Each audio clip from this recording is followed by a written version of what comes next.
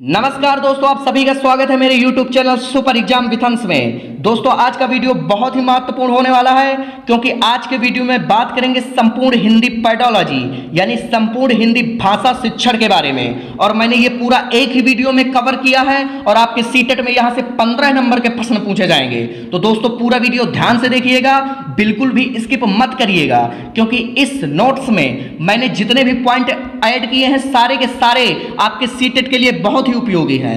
और दोस्तों इसके पिछले वीडियो में मैंने संस्कृत पेडोलॉजी यानी संस्कृत भाषा शिक्षण के बारे में कुछ टिप्स बताए थे। जिनको भी संस्कृत भाषा बिल्कुल समझ में नहीं आती वो देखते ही उसका आंसर देंगे। तो संस्कृत का अगर आपने नहीं देखा पेडोलॉजी ट्रिक तो मैंने डिस्क्रिप्शन में उसकी लिंक ऐड कर दी है, आप वहां से जाकर के संस्कृत पेडोलॉजी जरूर देखें। तो आइए दोस्तों शुरू करते हैं। और शुरू करने से पहले जो मेरे चैनल में नए आए हैं वो चैनल को सब्सक्राइब करें और बेल आइकन को प्रेस करना बिल्कुल ना भूलें जिससे मेरी वीडियो आप तक पहुंचती रहे। तो आइए शुरू करते हैं। अधिगम एवं अर्जन दोस्तों पूरी हिंदी पेडोलॉजी आपकी चैप्टर वाइज कंप्लीट करेंगे। तो दोस्तों पूरा वीडियो ध्यान से देखिएगा, बिल्कुल भी स्किप मत करिएगा।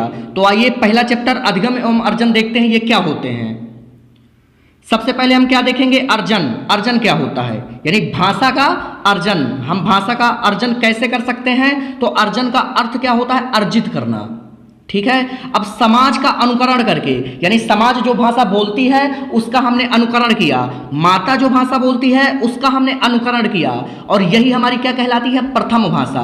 और जब हम भाषा का अनुकरण करते हैं अपने समाज से, अपने परिवार से, अपने बड़ों से, अपने साथियों से, तो वही क्या कहलाता है, भाषा का अर्जन यानी भाषा अर्जित करना। और जब भाषा मातृभाषा समाज का अनुकरण करके और प्राथमिक भाषा जो होती है उसी को क्या कहते हैं, अनौपचारिक भाषा।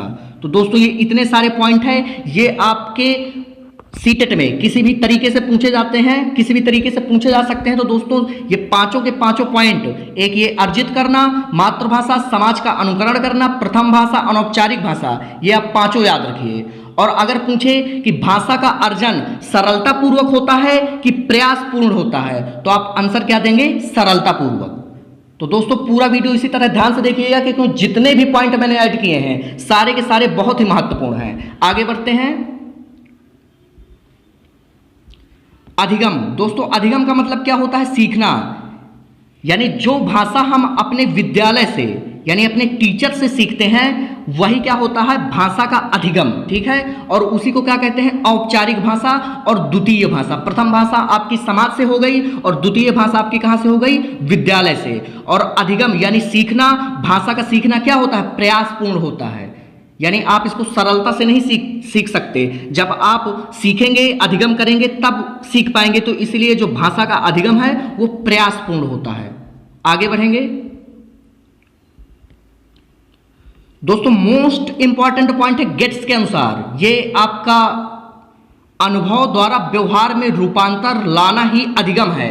कई बार आपके सीटेट और टेट दोनों में कई बार पूछा जा चुका है, तो इसको जरूर याद कर लीजिए कि अनुभव द्वारा व्यवहार में रूपांतर लाना ही अधिगम है। ये किसने कहा, गेट्स महोदय ने। आगे बढ़ते हैं। अब दोस्तों देखेंगे भाषा शिक्षण के सिद्धांत। यहां से बहुत प्रश्न पूछे जाते हैं, तो जितने भी सिद्धांत हैं इनके बारे में पूरी डिटेल से देखेंगे। तो एक एक सिद्धांत को आप कंप्लीट करते चलिए। पहला सिद्धांत कौन सा है आपका, अभिप्रेरणा एवं रुचि का सिद्धांत। दूसरा अनुकरण का सिद्धांत। तीसरा क्रियाशीलता का सिद्धांत। चौथा अभ्यास का सिद्धांत। पांचवा वैयक्तिक विभिन्नता का सिद्धांत। आगे छठवां आपका आवृत्ति का सिद्धांत और सातवां अनुबंधन का सिद्धांत। तो दोस्तों ये 7 मोस्ट इंपॉर्टेंट है। अब इन सातों के बारे में पूरी डिटेल से पढ़ते हैं। पहला आपका कौन सा है, अभिप्रेरणा एवं रुचि का सिद्धांत। ये क्या होता है, तो हिंदी पाठ्य सामग्री और उसकी शिक्षण प्रणालियों का चुनाव बच्चों की रुचि एवं आवश्यकताओं के अनुरूप किया जाना चाहिए। यानी जो हमारी पाठ्य सामग्री होती है और हमारी जो शिक्षण प्रणाली होती है उसका चुनाव बच्चों की रुचि, बच्चों की जिज्ञासा और बच्चों की क्या आवश्यकता है उसको ध्यान में रखते हुए की जानी चाहिए। ठीक है। उन्हें भाषा सीखने हेतु अभिप्रेरित करने के लिए यह बहुत आवश्यक है। यानी जब उसको आप अंदर से अभिप्रेरित करेंगे तब वो अच्छे से भाषा सीख पाएगा। तो ये बहुत ही आवश्यक है कि आप उसकी पाठ्य सामग्री और शिक्षण प्रणालियों का उसकी रुचि और आवश्यकताओं के अनुसार ध्यान में रखते हुए चुनाव करें। तो अभिप्रेरणा एवं रुचि का सिद्धांत। कभी कभी ये अलग भी कर दिए जाते हैं, अभिप्रेरणा का सिद्धांत और रुचि का सिद्धांत। तो अभिप्रेरणा मतलब अंदर से अभिप्रेरित करना, और रुचि यानी बच्चे की किस चीज में रुचि है। तो आप इसको याद कर लीजिए। आगे देखते हैं अनुकरण का सिद्धांत। दोस्तों सारे के सारे इंपॉर्टेंट है, आपके सीटेट में आने की पूरी संभावना है। अनुकरण का सिद्धांत क्या होता है? बालक अपने परिवारजनों तथा साथियों की भाषा का अनुकरण करके सीखता है। अनुकरण का सिद्धांत यानी अपने परिवारजन जो बोलते हैं उनका अनुकरण यानी नकल करके, साथियों की नकल करके जो भाषा सीखता है वही उसी के अंतर्गत क्या आता है? अनुकरण का सिद्धांत। आगे बढ़ते हैं क्रियाशीलता का सिद्धांत। दोस्तों क्रियाशीलता के अंतर्गत क्या होता है? क्रियाशीलता के अंतर्गत छात्रों से प्रश्न पूछना।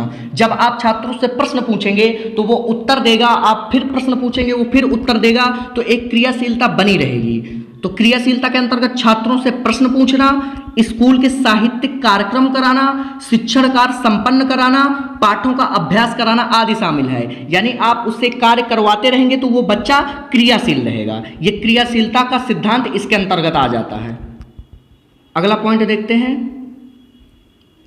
अभ्यास का सिद्धांत। दोस्तों ये मोस्ट इंपॉर्टेंट है, बच्चों ने जो सीखा है उसका अभ्यास कराना। यानी बच्चे जो सीख चुके हैं उसका बार बार आप अभ्यास कराते रहेंगे तो बच्चा वो चीज भूलेगा नहीं।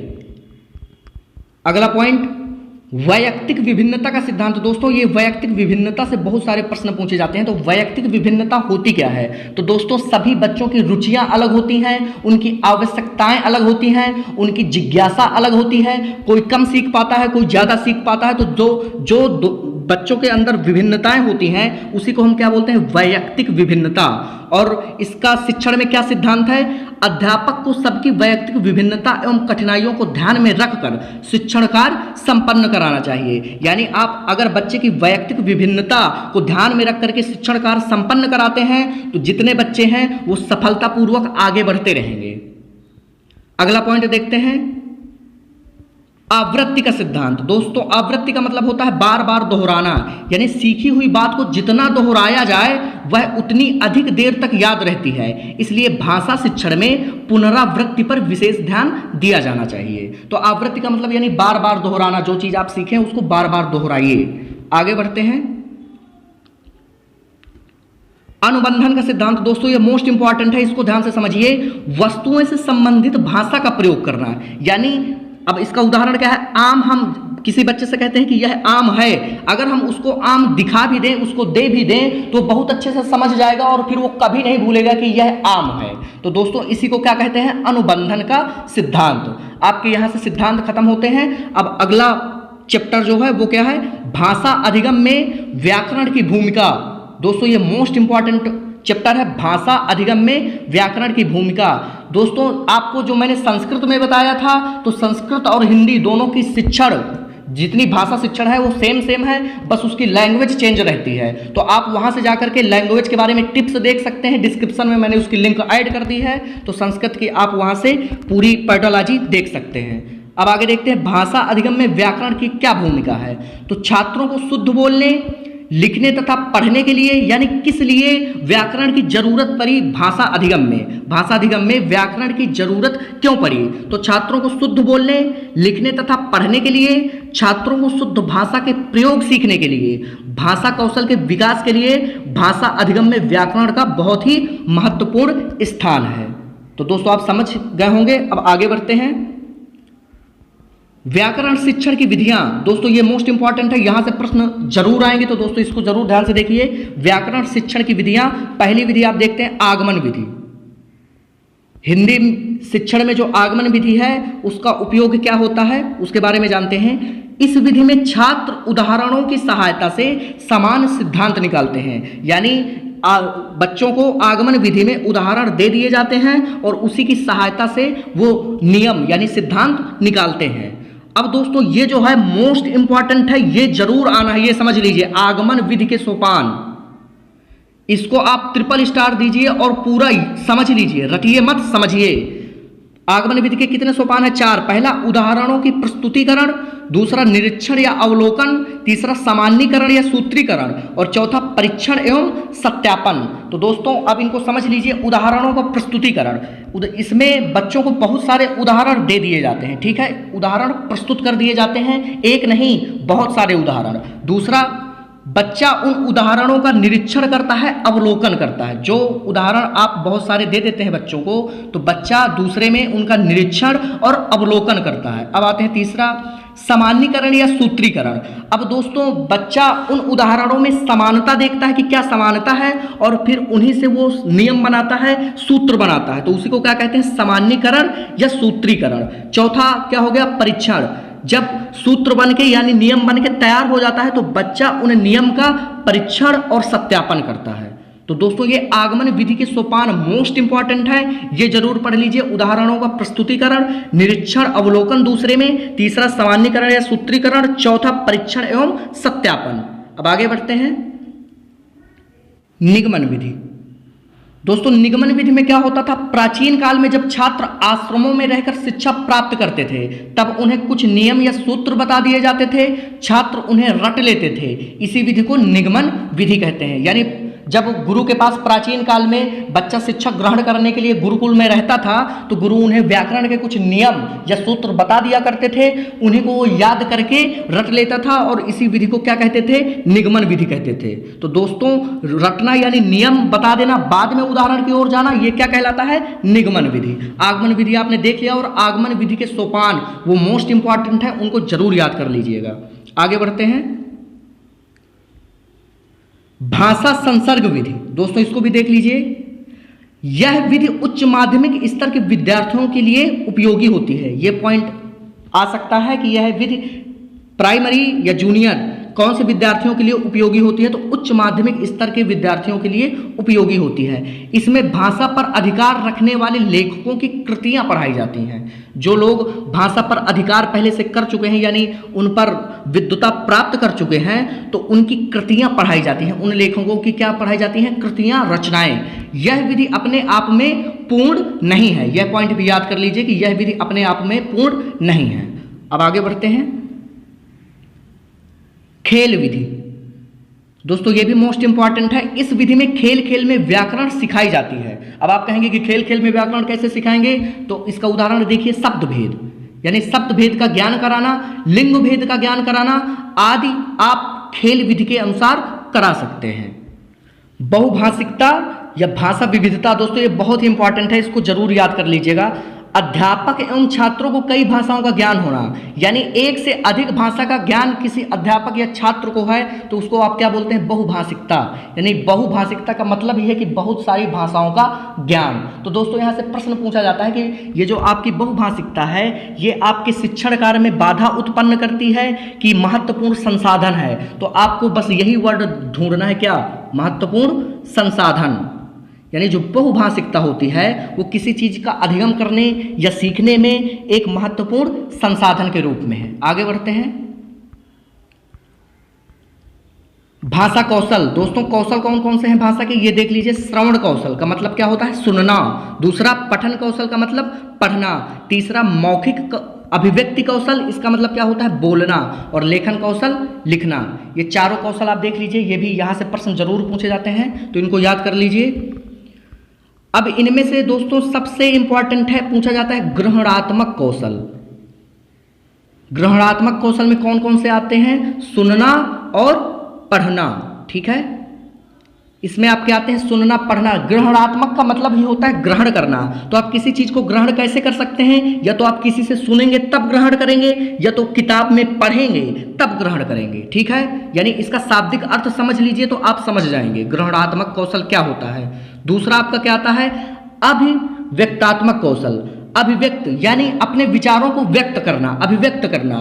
तो आप कैसे कर सकते हैं? तो बोलकर, यानी बोलना। और दूसरा क्या होगा? लिखना। यानी बोलकर और लिखकर आप अपने विचारों को अभिव्यक्त कर सकते हैं। तो ये बोलना और लिखना किसके अंतर्गत आता है? अभिव्यक्तात्मक कौशल। और ग्रहणात्मक कौशल सुनना और पढ़ना। आगे बढ़ते हैं।